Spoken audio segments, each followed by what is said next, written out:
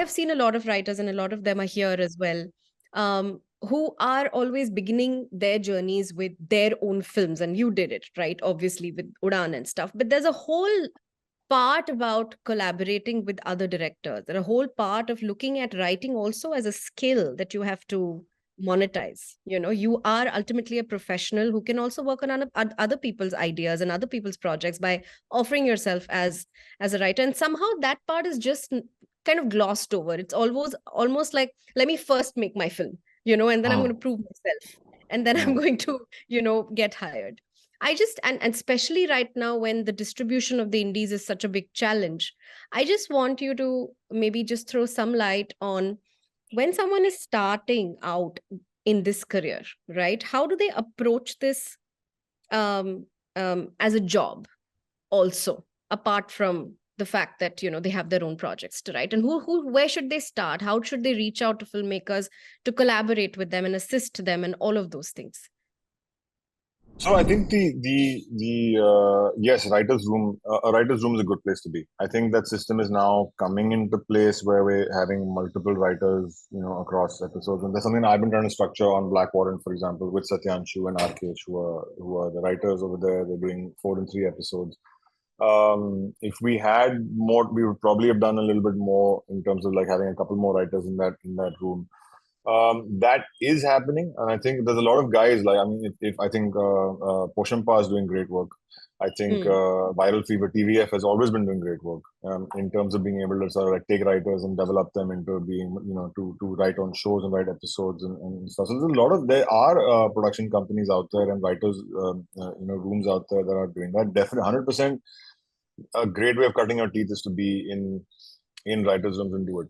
Unfortunately, what tends to happen is that, and this I know not just from new writers, from established writers as well, is that everybody wants to be a director because it seems to be the place that you can actually have a certain amount of control over what is being said. And I get it, I understand that.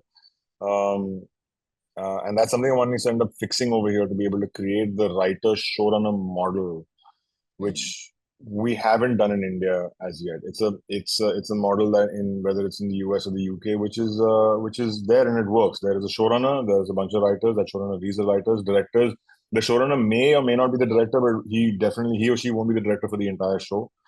They will do a couple of episodes. You have other directors coming in doing that kind of work. The showrunner works with the directors, works with the writers. Writers sort of like do their work. The director does their work, and that's how we do it. This is a model that is it's still maybe a few years away from really taking off in India in terms of the showrunner model, but that's something that one is kind of like working towards as well. So, and that's a definite career option. It shouldn't be seen as like, oh, director. I think we're still in the model where the director is the boss and that kind of stuff. Whereas in streaming anywhere in the world, the showrunner is the boss. It's not the director who's the boss. They are the ones who end up taking final calls and all that kind of stuff. So I'm trying on my end to sort of like work towards that, at least through this next series that I'm making. Try and build the showrunner model where, okay, I'm directing 3 episodes of this for the first season. Hopefully next season I'm just an EP. I'm just like off it. I may direct 1 episode, but I get a proper showrunner to come inside, do it, work with the writers, and then you kind of sustain that in the long run. So this is happening, I think. But there are writers' rooms, and I definitely feel that one should 100% get into writers' rooms and write.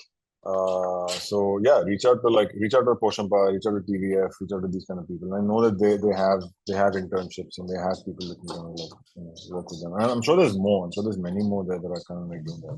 Everybody needs material. Right. But my question is really about what's your writing process like, and how long do you usually spend on writing a feature film? Adding to that, I was just curious about how is it different for you to work on a script that you have written versus another writer's script? So my writing, it has changed over the years, right? So in the beginning, I was very keen to be the writer and the originator of everything, from the idea to actually sort of like putting the screenplay together. And so other than dialogue, which I'd mostly get Anurag to do. And other than something like Lutera, which Bhavani has co-written. I mean, she wrote and then we co-wrote it together. So my process, because it started off with a lack of kind of confidence in the writing process. I felt that because I'm trained as an assistant director, and then training to be that. So therefore, I shouldn't be writing. I should get somebody else to write, because I had the ideas, and then you get somebody else to write, which is why I met Bhavani. We did two things together. Until I just realized that sometimes the ideas that you want are so specific, and then you start writing yourself. And so then I wrote Udaan by myself, and then I wrote a bunch of stuff, and Bhavesh by myself, and things like that. What happens is I still like that. I still like the originating of everything to happen, for certain projects that be able to happen by myself, and whether it's me writing it or somebody else writing it, that's an origin of like the beginning, the middle, the ending, and then throwing it to somebody else and letting them come up with the rest of it, or having an idea and then having somebody come up with the rest of it. But my pure writing process, I think, has changed from me wanting to do everything to now liking having a collaborator working, because I find writing to be, and I don't know how many of you feel this, I find writing to be a very singularly lonely process. And it's not the most confidence building process in the world. I tend to, when I'm writing, I tend to eat more. I tend to be always walking to the kitchen, always to find what's there to eat in the fridge. I've quit smoking many years ago. Otherwise, what used to happen earlier on would be I'd be just like sitting on a table and smoking. And sometimes it actually helped, because you didn't get up, like you're at the table and you're just sitting there and you're going cigarette after cigarette and you smoke. And then I'm not advocating that to anybody at all. But once I quit, then it just became a thing of like, you're constantly finding, and then you always find a reason to procrastinate. So my writing process today, the way I like it, is to be able to work with a collaborator. So everything that I've done or that I'm doing in the past, few years, whether it's I'm saying even from Bhavesh onwards. Bhavesh was or Trap. You take Trap. Trap was a cold email that came into me, which is already written by somebody else. So once I have that, then it's easy for me to be able to take that and then restructure it and do it exactly the way I want. Sacred Games had a writer's room, which was a bunch of writers sitting there. I am the showrunner, so I am supervising those writers to be able to sort of like say, okay, here, there, here, there. And then when you need to, you get your hands dirty with the script. You rewrite some scenes and you rewrite, you talk about that. So that's a process you get to. You don't sort of like do it on the first day. Like it's like you're helicoptering until you really need to get down and drill into it, and then start to pull up from there. AK versus AK, or this new film I've done called Control, which will be out sometime next year, or have both been with Avinash Sampath, who have found a great chemistry with. So what we do is, it's either like an AK versus AK, it's his like 2-page idea, which he sent to me, and I'm like, this is great. And then we discussed it for a long time, and he did a couple of drafts. And then again, I'm like, now send me the draft. And then I would rewrite the whole thing the way I wanted to, and then he would sort of like do it. And the same with Control, this new film. Like he would do the first, I would do the second, and we'd keep going back and forth like this.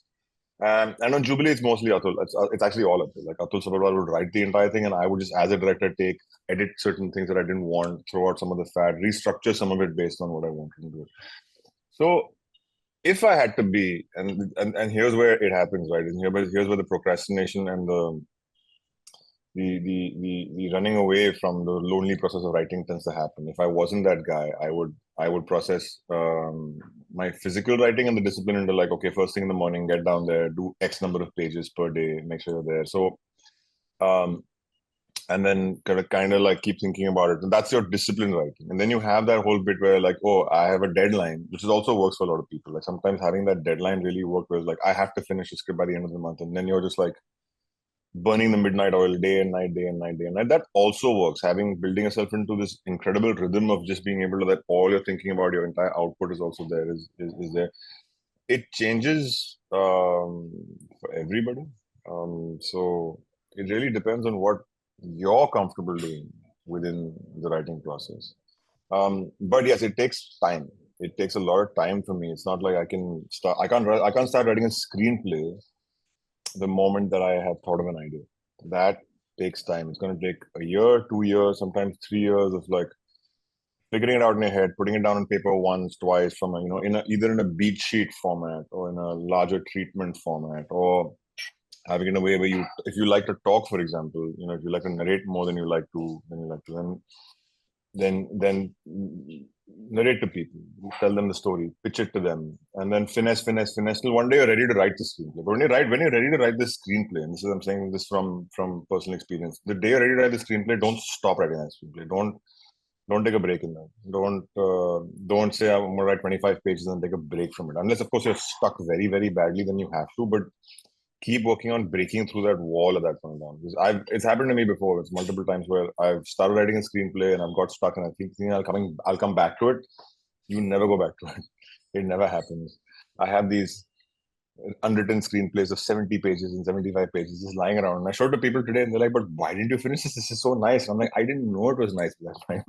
I had no clue. I had no context. That's what I'm saying. It's a very lonely process unless you either talk, unless you have the confidence to say, okay, this is the way it is. And that's just me. Right? That's just the person I am. So that's why it struck me very, very sincerely that how and why did you choose Jamshedpur as the setting for that story? Because I found that very, very appropriate. But did you start it, like you mentioned, you said in 2007 you had it written. Did it come to you as Jamshedpur, as that city, or did you just write a small city and then it grew into Jamshedpur? No, so I wrote it initially for like Delhi and the satellite towns. So like Faridabad, Ghaziabad, like factory towns where you have these houses. That's where he grows up, and then when it's coming out with his friends and partying, he'll kind of drive into Delhi and discover this. So I wrote it. I wrote. Because I grew up. I mean, I grew up in Nasik, and my family had this kind of like literally factory, and Nasik was nothing but a bunch of like families who actually had their little. It's a factory town. Of course, now it's become much bigger.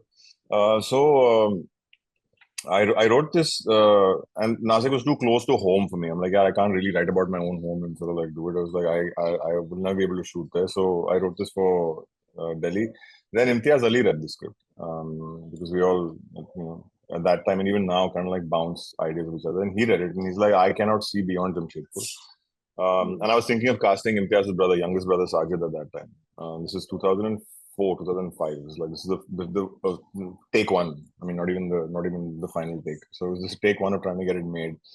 And so literally me and Sajid get on a train. I go to Jamshedpur. I stay at Imtiaz's house with his parents. His father is so sweet and kind of like showed me around. And really he was right, because everywhere I went to Adityapur, and whether it's in the Beldi area or any of the around around the Tata Steel plant. I mean, everything was just amazing. I was just like, this is actually just fits in. I found the house, I found the street, I found the factory, I found everything that you wanted was there. So it was a good by chance kind of thing that Imtiaz read it and I managed to go there. But it's a lovely town. Yeah. And why specifically factory towns? There's something I don't know. It's in Udaan. I think there was and again, I mean, coming from my own childhood, it's like you're taking a call between sort of being running a business versus doing a creative thing. I think there is that question that you end up taking. So I was trying to make a metaphor for that in a sense. Factory towns are very visual towns, chimneys and that kind of things, and the sound of factory work happening becomes a very visual thing, or something that's a very interesting soundscape for a movie, which I like. And there's a few of them. I mean, whether you see something like the Full Monty, for example, or Kess, or any of these films, there's always this I think the symbolism of the softer protagonist in a harder place is always great, because that you have this contrast of a poet in a factory. So I mean, the Udaan, what eventually became the lasting image is the fact of this guy who's almost this very, very gentle soul who wants to write poetry is working in a factory where they're forging steel. You know what I mean? Like you can't get a bigger contrast than that. And so that's what one was trying to go for is a boy out of his depth, out of his. This is not his world. This is not his space. He doesn't belong here. And then will he or won't he end up belonging there? So you can either go two ways. Either he's going to walk away from there, or he's going to become forged in that steel factory into another bit of steel. So what's the choice he's going to make? It's just very poetic. So Yeah, and I think that kind of the poetic lens and the metaphors that we see in your movies, in every movie, are kind of there, whether it is through a location or whether any other surrounding that you're trying to create.